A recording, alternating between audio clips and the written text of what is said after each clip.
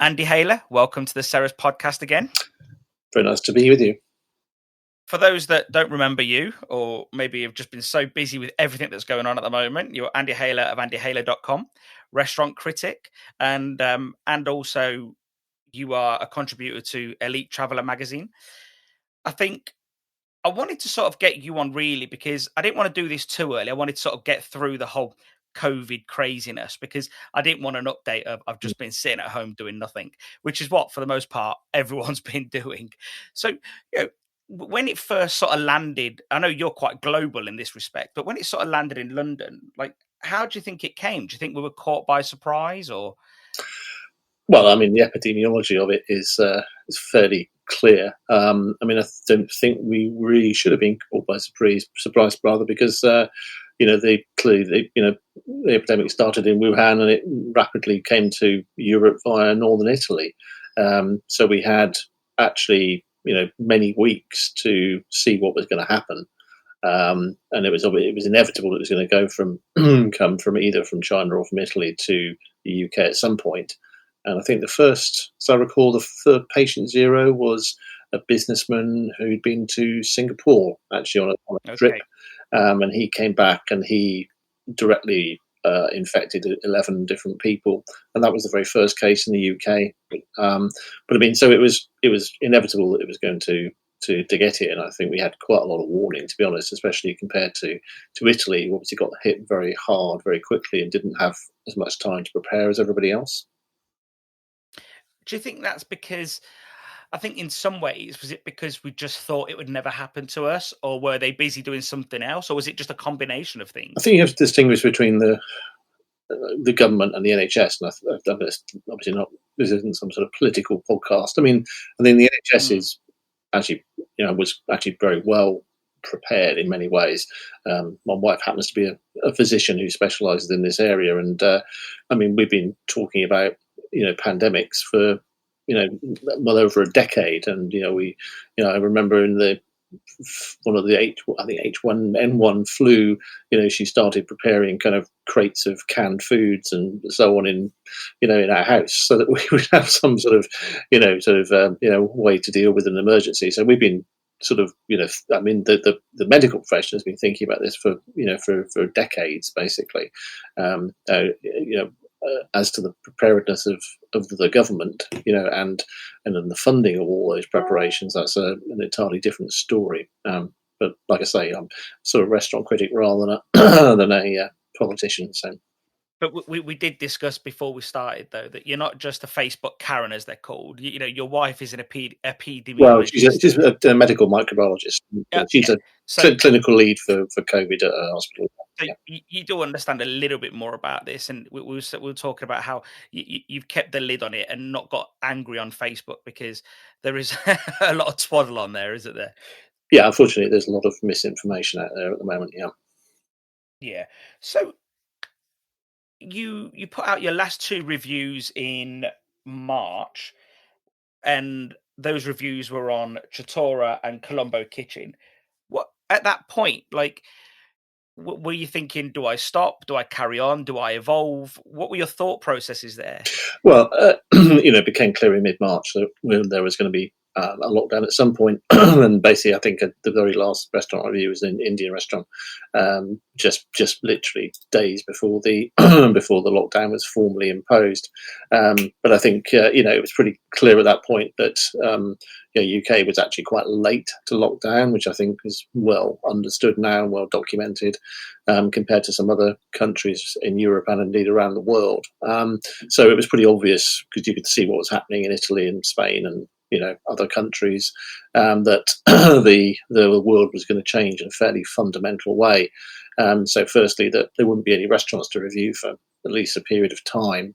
And I think more to the point, because I cover sort of high end restaurants around the world, it was also pretty clear that travel was going to be essentially a non-starter for potentially a very long time indeed. Actually, certainly this year I've sort of given up any real expectation of being on an airplane, possibly pre-vaccine, but certainly not, probably not in the coming 12 months.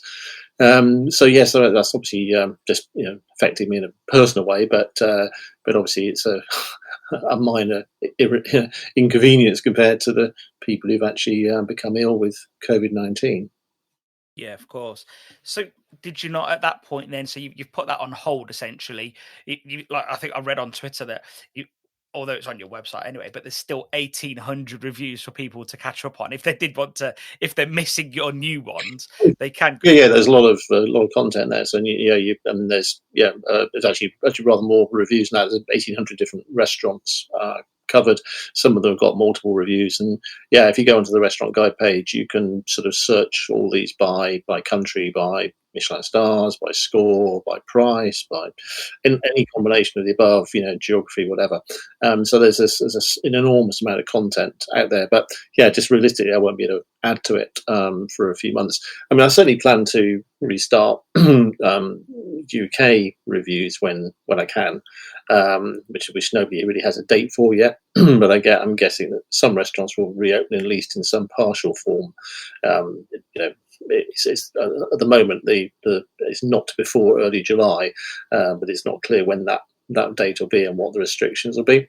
But I mean, as and when it's sort of safe to do so, I'll certainly try to sort of resume restaurant reviews. But I think the international side of things is very different because at the moment there's no foreign travel really allowed from the UK, and I think realistically, travelling to other places internationally right now is, and for the foreseeable future, is going to be, something that you're going to be pretty courageous or reckless, depending on your viewpoint. Really, that's something that sort of Sir Humphrey Westminster would have described as a courageous decision, I think. And I take it like Michelin Guide and all these good food guides and so on. All of that's just going to be paused as well. It's going to be like the blip, isn't it? Really? Yeah, it's a little bit unclear.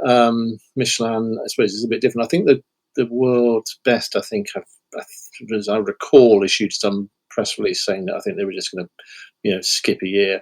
I think Michelin, I haven't seen anything quite so definitive.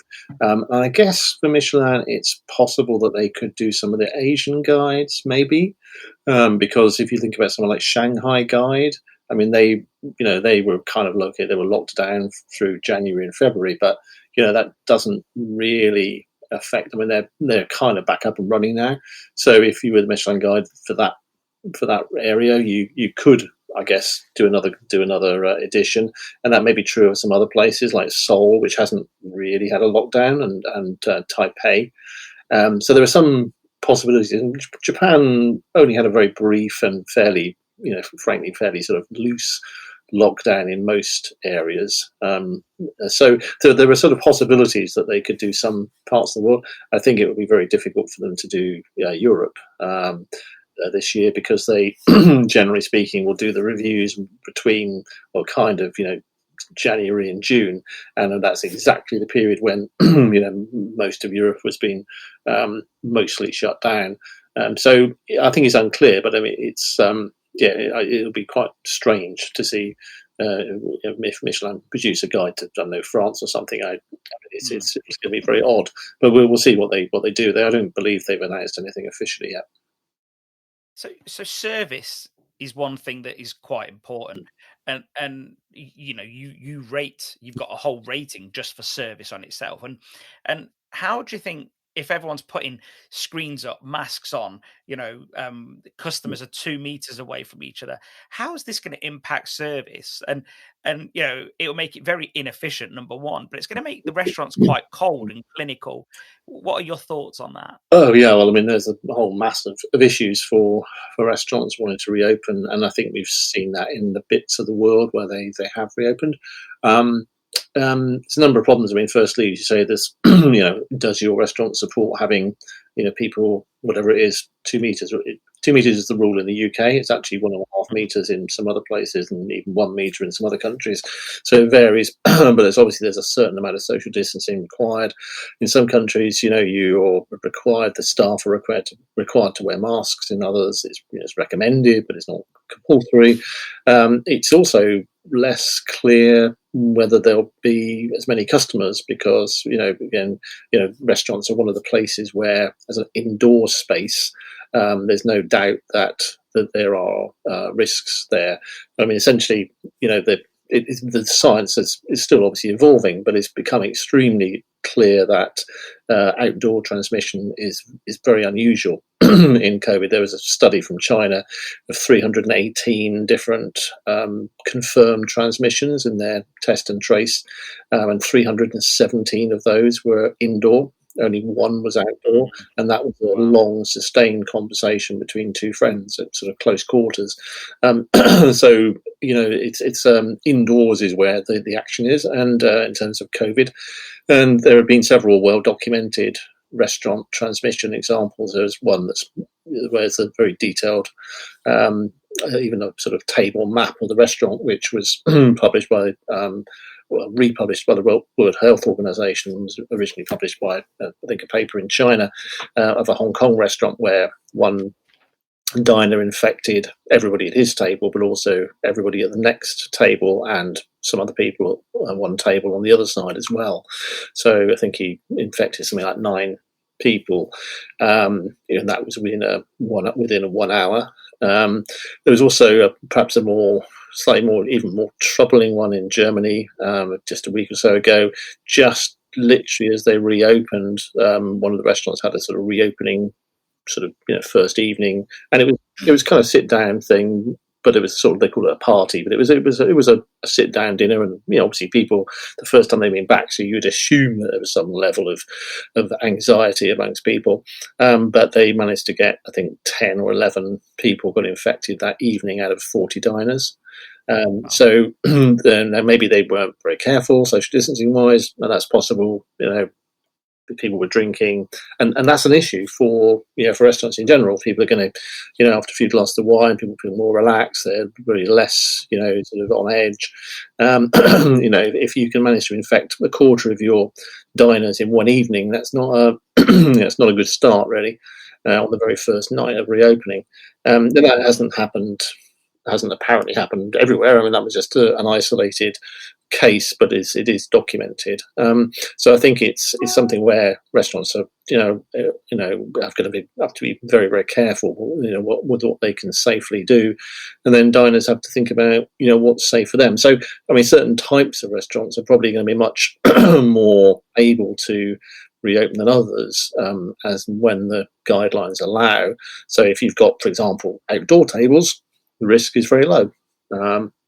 When it's not zero, but it's extremely low. Indoors, you can imagine a restaurant that's got extremely widely spaced tables. I can think of one or two examples in sort of outer London that I go to regularly, where frankly the next table is meters apart anyway.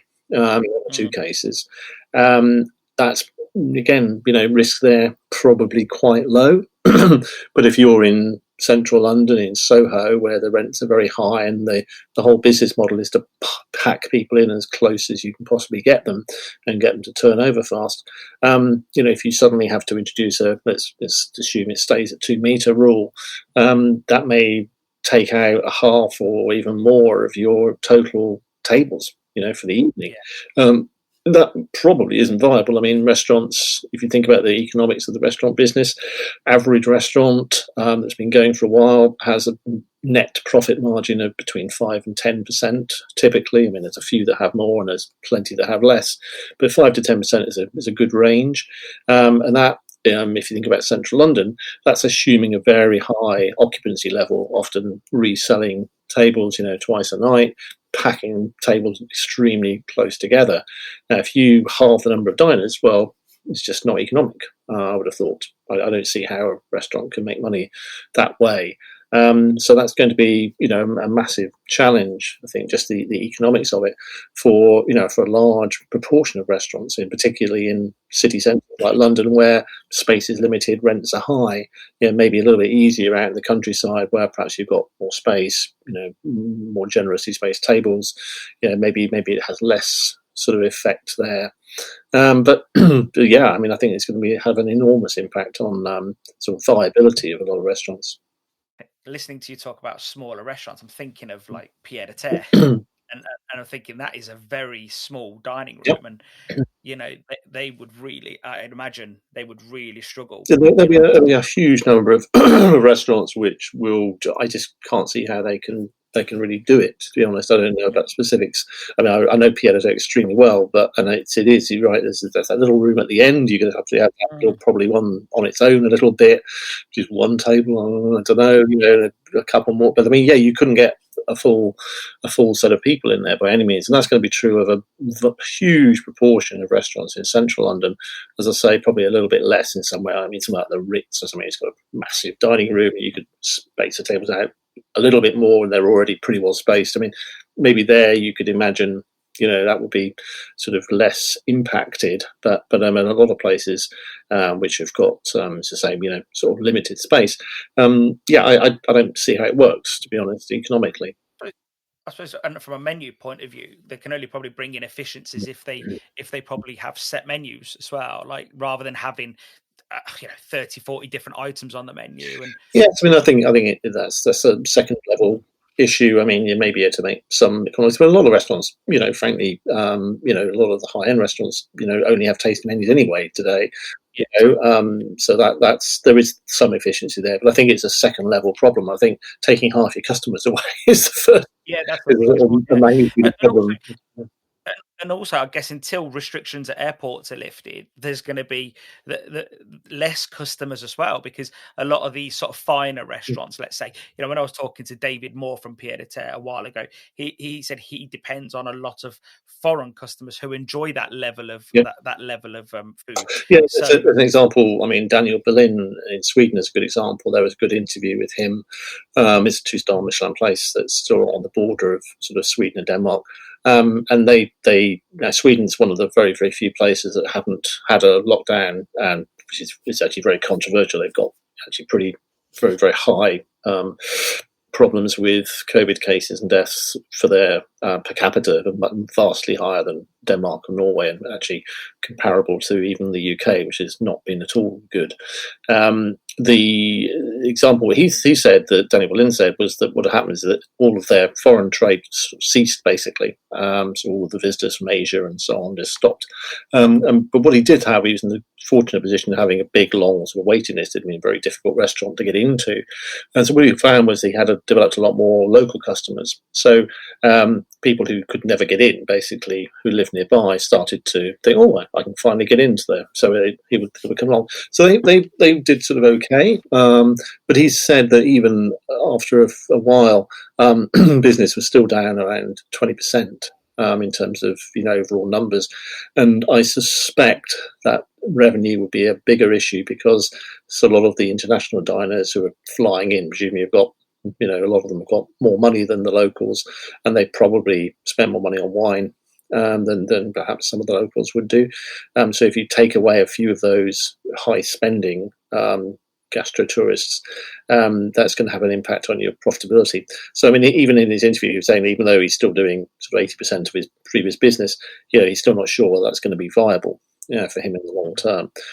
So that sort of issue will apply equally well to London, where there are certain restaurants, particularly sort of, the Michelin star type sort of places, which are clearly highly dependent on, sort of wealthy visitors from, whether it's from Europe or from China or the US or all of the above, and a whole bunch of those customers are going to go away. They're going to stay away for quite some period, I would have thought, since the notion of jumping in a metal tin can for 10 hours or 12 hours, with a the bunch of people you don't know in close proximity is going to be a fairly disconcerting prospect for a lot of people. I'd imagine it's pretty much a guarantee to catch something if you didn't have it and someone else has it on a plane.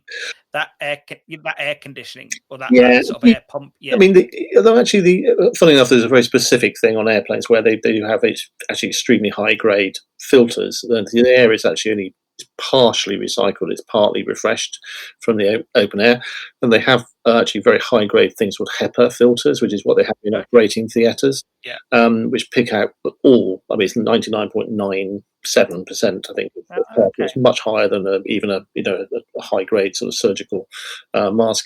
So the air on the plane might be horribly okay, though of course you're still in close proximity to the people, so cough over you, blah blah blah blah blah, and then it's not so much the getting on the plane as you can think about all the the queuing to get to board the plane, and I mean think about how crowded that space normally is, so and then getting off again and going through customs and immigration, and those are all queues, and again you think about how crowded a lot of those usually are, so you're gonna either gonna have to have massive great queues that are going to look like the House of Commons voting system, to get in, or you're going to have or you'll have 3 or 4 hour check-ins, which is what people are talking about, possibly having to send certificates to say you've had a test in the last week or something and you're negative, and there's a whole mass of stuff that have to be worked out, and I'm sure there is a proportion of people that are just say brave or reckless, depending on your viewpoint.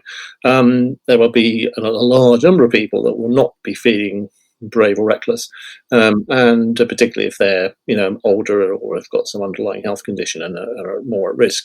And a very large proportion of people, I don't think will be will be travelling. Who knows, pre-vaccine. Hopefully, we'll get a vaccine at some point. Even that is far from clear, and that isn't clear when. But I mean, at the very best will in the world, a vaccine may turn up, and be in mass production and widely available second half of 2022. That's the absolute best case. That's what I was going to say, because I'm not a doctor. I don't know all about this, but I know that listening to a few podcasts with doctors, and they say vaccines don't just come around in 3 to 6 months. No one's ever produced a vaccine in less than 4 years, ever. Yeah. I think the average is 4 to 10 years, and the best being 4, obviously. Yeah. And some things have not got a vaccine at all. There's still no HIV vaccine, for example. So there's plenty of difficulty. On the other hand, nobody's ever put so much concerted effort into making a vaccine as they have in this case. So you've got some history is not great, but on the other hand, the sheer enormous amount of effort that's being put into this suggests that they're going to give it a damn good go. So let's just say, for the sake of argument, somewhere in the second half of 2022, there's a widely available vaccine.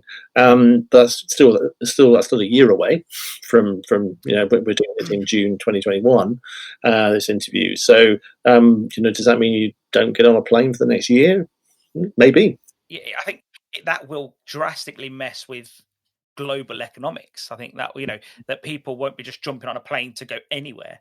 No, absolutely. And say there will be a proportion of people that will just take the risk, because they feel that they're young, or maybe they don't understand the risks, or maybe they feel that they do, and they just don't care. There'll be a proportion of people that will do that, but as I say, there will be a significant proportion, I think, that won't, and that is going to really mess with restaurant sort of economics. If you're a kind of restaurant that depends heavily on international gastro travelers, then you're going to have to sort of rethink really how you appeal to probably a more local audience, at least for the next 6 months to a year. I think one thing that's really interesting is that if you look at not just England, but the one thing that's probably exaggerated or at least turned up the speed of deglobalization, Brexit would be one of those things.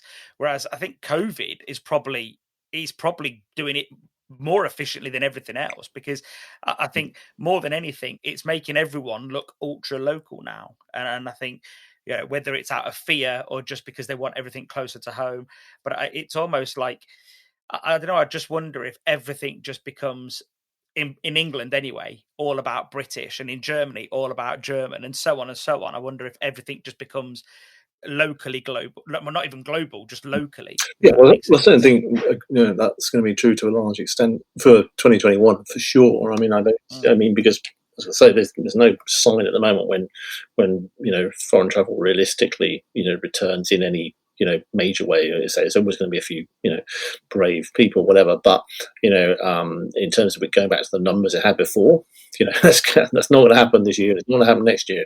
I don't think really.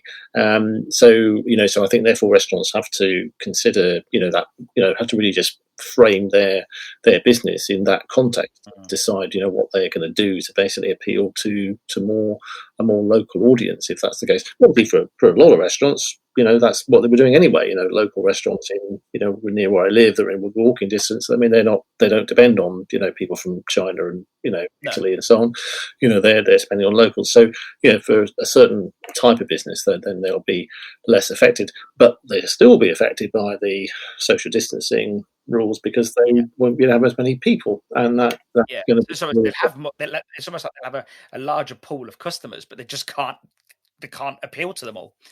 Can't serve them all. Well, yeah. I mean, so they just won't be able to serve them all. I mean, it's simple. And so they, again, if you happen to be lucky in a restaurant with a lot of space and so on, then and you've perhaps you're in the outer bits of London, or you're in the countryside, having nothing to do with London, but you're way out and in the country, and you've got lots of space and your tables are widely spaced, then maybe things won't be too bad.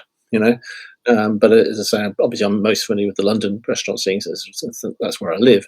And for a very high proportion of restaurants in London, that limitation is going to be a really big problem. So yeah, it's going to be very difficult now. People, to increase prices. Well, they can do, but then if people are nervous anyway, they're going to say, "Well, screw it, I can't be bothered. I've got to pay a 30% premium or whatever, just to go out. I might as well just stick with my takeaway or cook at home, as I've got used to doing over the last 3 months." So there's a sort of limit to what restaurants can probably do in terms of pricing elasticity. We'll just that's have to see. But I think it's going to be. To be perfectly honest, it's going to be carnage in terms of the restaurant industry, because I just can't see how a restaurant really is viable, at whatever it is, 50% capacity. That for very, very few restaurants are going to be able to, deal with that kind of hit to their customer base and survive. They, obviously what they have been doing, obviously, is what just switching over to to takeaway delivery, and that's a way forward. And indeed, some of them are doing okay. And I've been chatting to one or two people. Was chatting to an Indian restaurant called Dastan, and which I particularly rate in outer London, who do delivery, and their business is only down maybe 20%. And also their costs are down a little bit because they don't have to have the front of house costs. So they've been sort of okay. But then I think certain types of food are suitable for takeaway. So Indian food, maybe pizzas, Chinese, whatever. People are used to that notion of having that as takeaway, in a way they're not used to their langoustines with a champagne nage, turning up in a takeaway bag. So if you're doing sort of posh French food or other kinds of things, it's a little bit less clear how the takeaway delivery model works. And if you're doing delivery, then you've got a secondary problem, because you've then got a big cost hit, because the delivery companies take a very high percentage of the cost. I mean, it's really quite shocking, actually, when you dig into it, just how big a chunk the delivery companies take out of the gross restaurant bill. So again, you've got to figure out whether that's really viable, and you've got a different marketing problem, because how do you get a different kind of audience? Some companies, say some restaurants have done that very well with very skilled use of social media and so on, but that isn't not a lot of companies aren't a lot of restaurants aren't necessarily geared up for a different kind of marketing channel. They're not geared up for delivery. They're not geared up for that kind of thing. So that's going to be a challenge for some of them. Let's put it that way. And say for certain types of food, it's just going to be a harder sell really to do that. I imagine if you've got if you're a really high end restaurant, 3-star, 2-star, then you've got a 40 cover restaurant.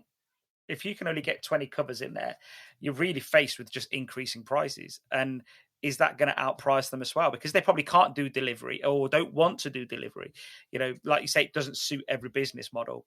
And I don't know how so everyone's got a lot of tough decisions ahead of them. Yeah, as I say, I don't see any easy answers there. I mean, I say if you're a place in central London with a tight sort of space, and you're suddenly going to have dramatically bigger spaces between tables than you had before, so if that's going to take out anything between 30 to 60% of your diners, then what could you do? Well, you could rack up the prices greatly. Will people be prepared to pay that when they're already nervous enough about coming and dining out to begin with?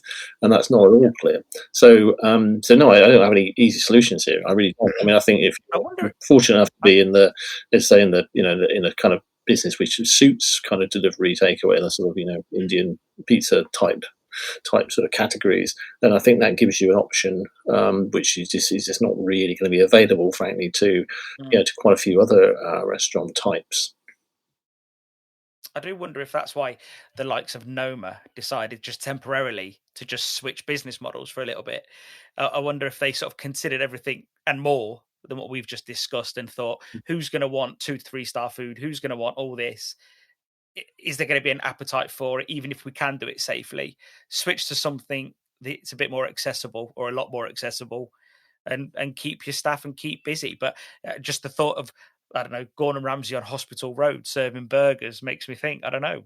Yeah, but I mean, are you actually going to be able to retain? It's one thing if you've got some massive, wealthy backers, as certain restaurants have. You can probably sort of, take a hit for a period of time. But I mean, if you've got the cost of a sort of 2-3 star restaurant, a lot of the, you've got lots and lots of sort of waiters to worry about, loads of chefs. I mean, you're not going to be able to. You can't be. How much can you charge for a burger? No, you put on about £100 for a burger. I mean, realistically, so that isn't going to happen. I don't think, apart from a tiny number of places, and if so, it'll be very temporary.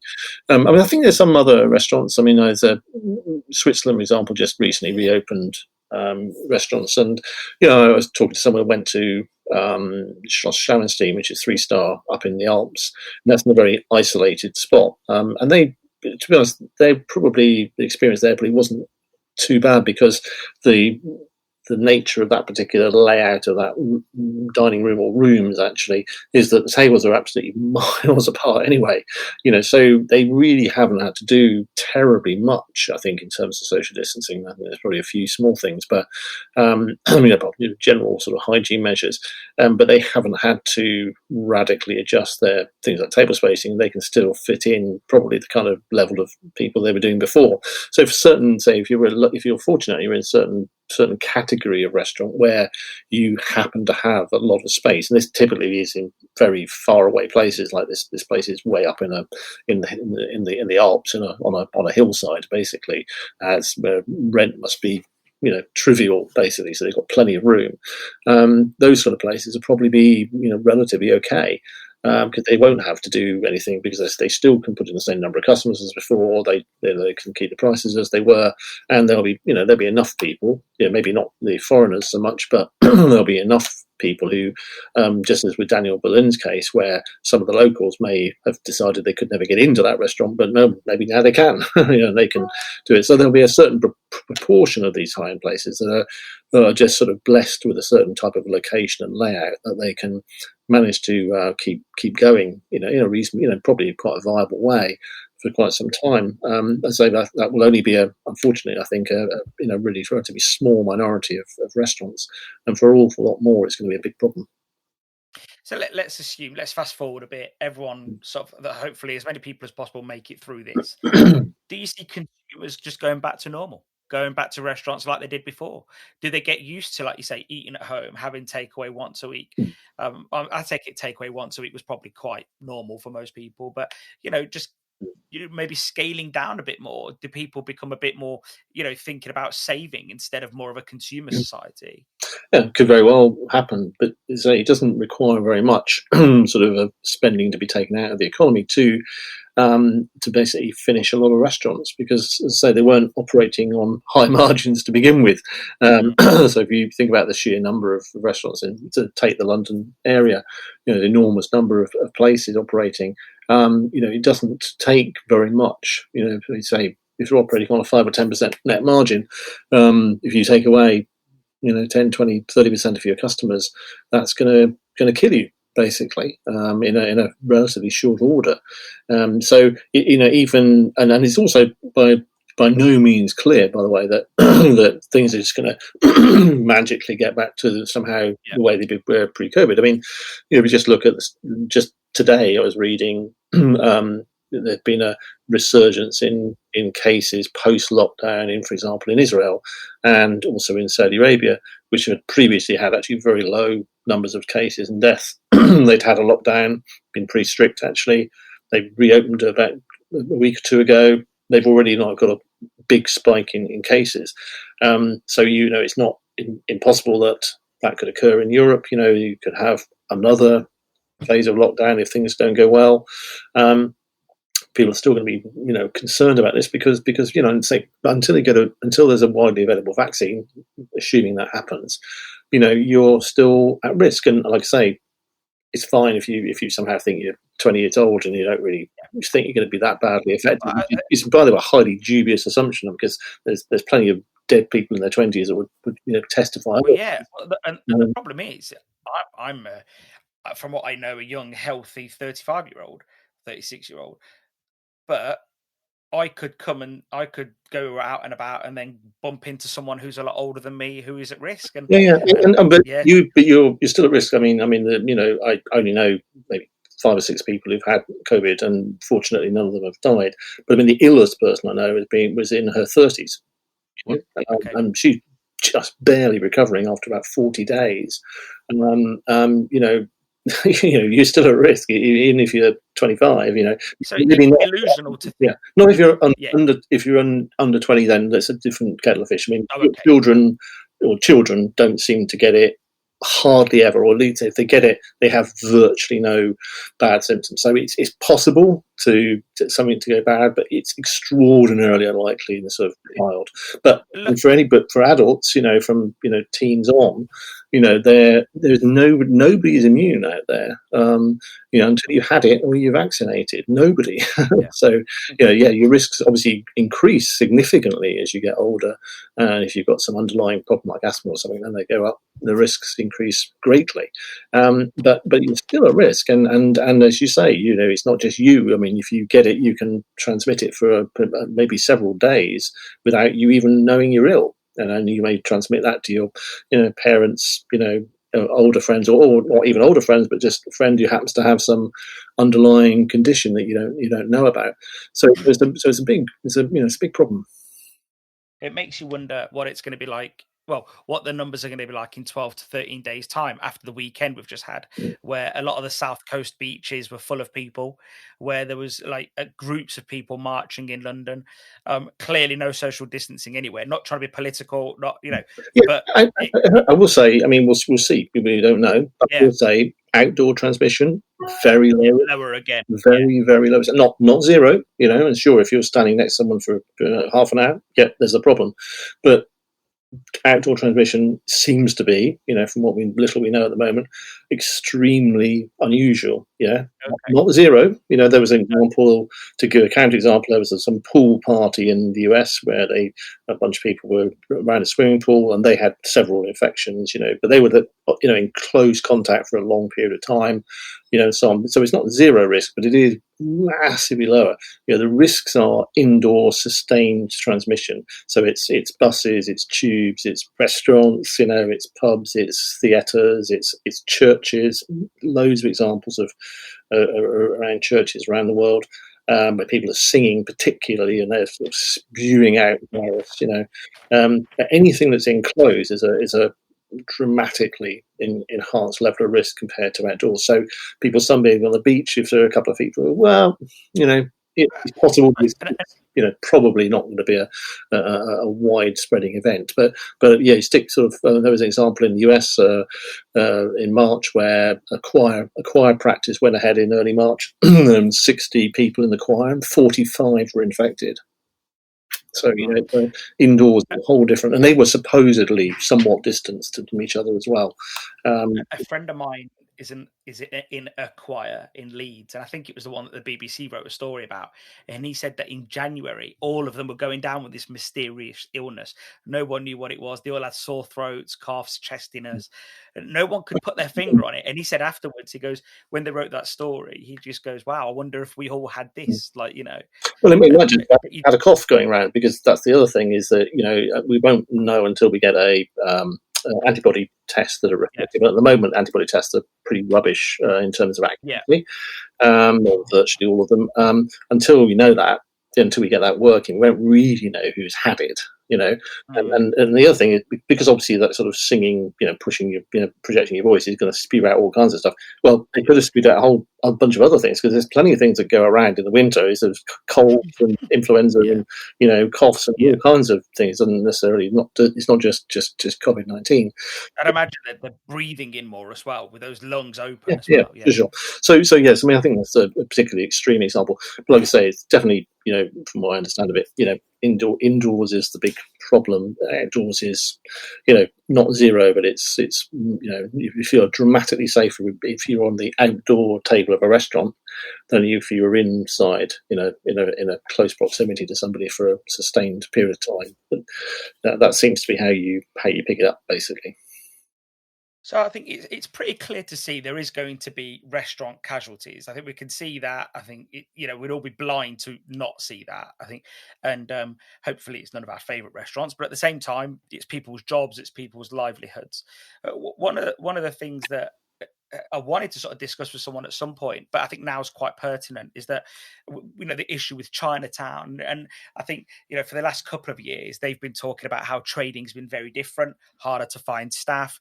And then COVID hits in January, and there was a few articles that went around that essentially what every Chinese takeaway or restaurant had an issue with, which was probably, I don't know, is it an innocuous sort of racism? People just avoided the place. And I don't think it was overtly racist in its manner, but it probably was to some degree. I can see. Innocuous if you're the people who are suffering from that. Well, no, it's not innocuous at all if you're on the other side of that, of course. But I don't think anybody was walking past pointing the finger. I think everyone just avoided the place.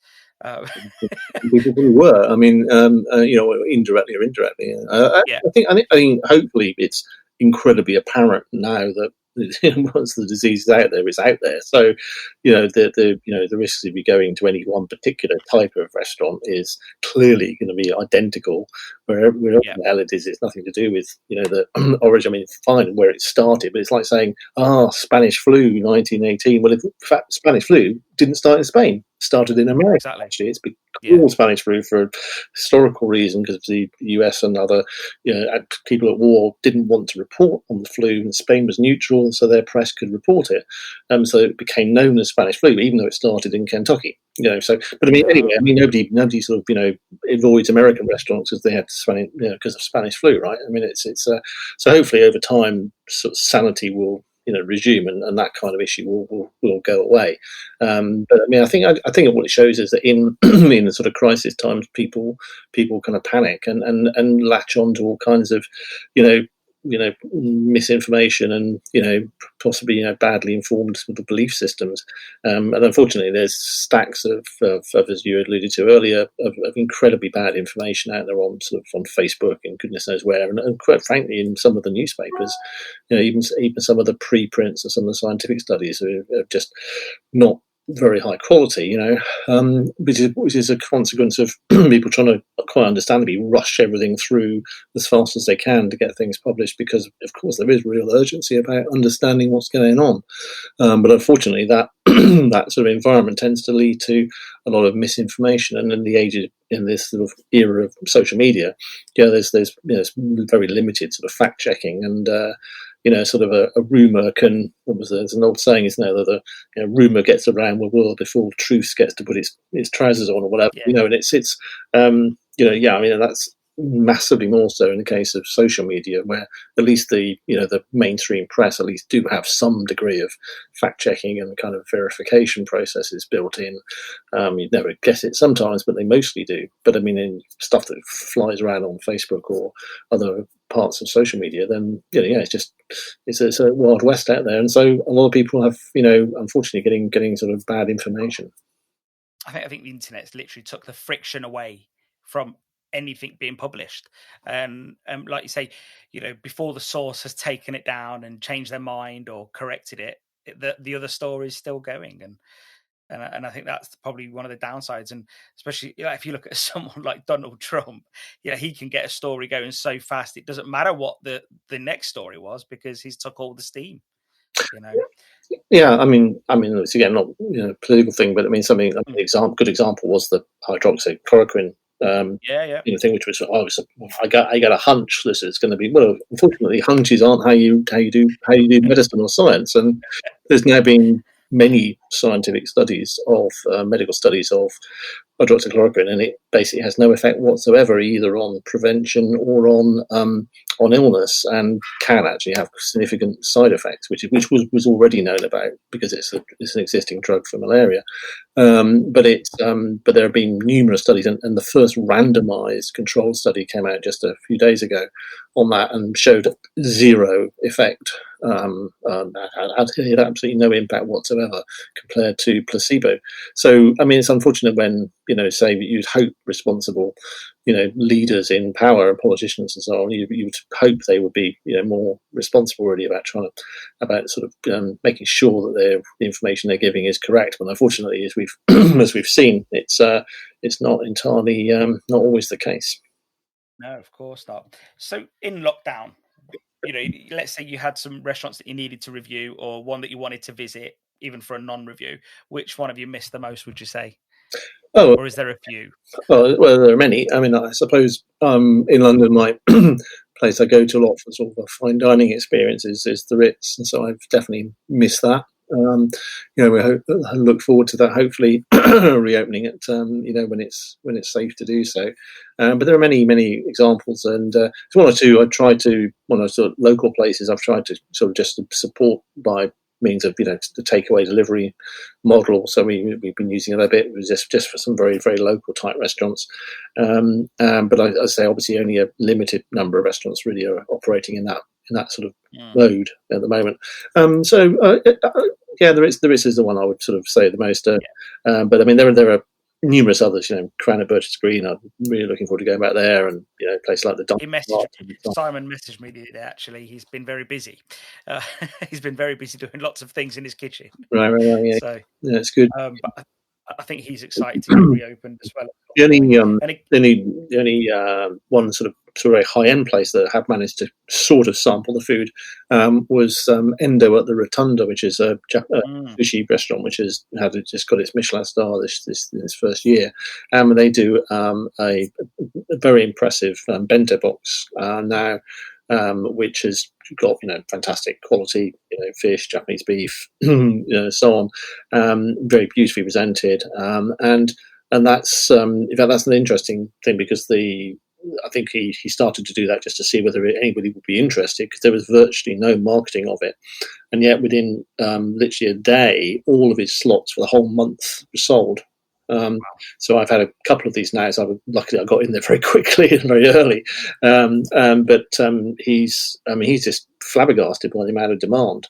So there are one or two little bright spots like that where you can see that, if he can expand the capacity, he may be able to do some quite good business. And there's another slightly different example, but a sort of cafe place in Barnes, which I know from a supplier there, have been doing vastly increased revenue compared to their previous inclination. And I think in the case of the cafe, it's because before people would come in and sort of nurse a cup of coffee for an hour and do their email or whatever they're doing on the internet.